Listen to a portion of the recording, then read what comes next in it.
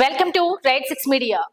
బుధవారం నుంచే రాష్ట్ర శాసనసభ బడ్జెట్ సమావేశాలు ప్రారంభం కానున్నాయి. ఈ సమావేశాల స్పెషల్ అట్రాక్షన్ గా మాజీ ముఖ్యమంత్రి వైసీపీ అధినేత వైఎస్ జగన్మోహన్ రెడ్డి హాజరవుతారని ప్రచారం జరుగుతోంది.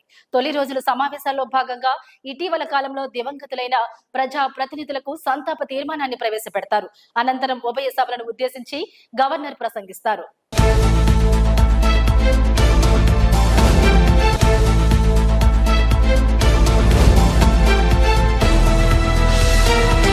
నేటి అసెంబ్లీ గవర్నర్ ప్రసంగంతో తొలి రోజు సమావేశం ముగుస్తుంది. అనంతరం మధ్యాహ్నం వైసీపీ శాసనసభాపక్ష సమావేశం జరుగుతుందని అంటున్నారు.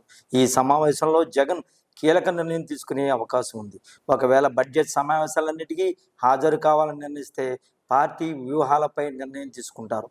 దేశవ్యాప్తంగా సంచలనంగా మారిన తిరుమల లడ్డు వైసీపీ శ్రేణుల దాడి, ప్రభుత్వ ఎదురు దాడి జరుగుతుందంటున్నారు. ప్రభుత్వమే ముందుగా ఈ అంశాన్ని ప్రస్తావిస్తే దాన్ని ఎలా తిప్పికొట్టాలన్న అంశంపై కూడా వైసీపీ చర్చించే అవకాశం ఉందంటున్నారు.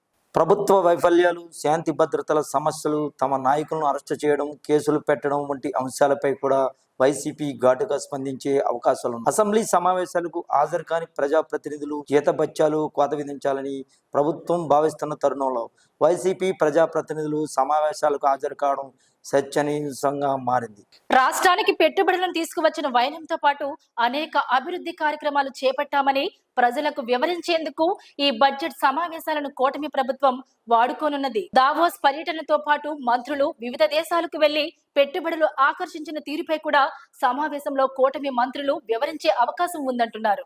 ఈసారి అసెంబ్లీ సమావేశాలకు ప్రతిపక్ష వైసీపీ హాజరైతే మాత్రం సభ హాట్ గా జరిగే అవకాశం ఉందంటున్నారు.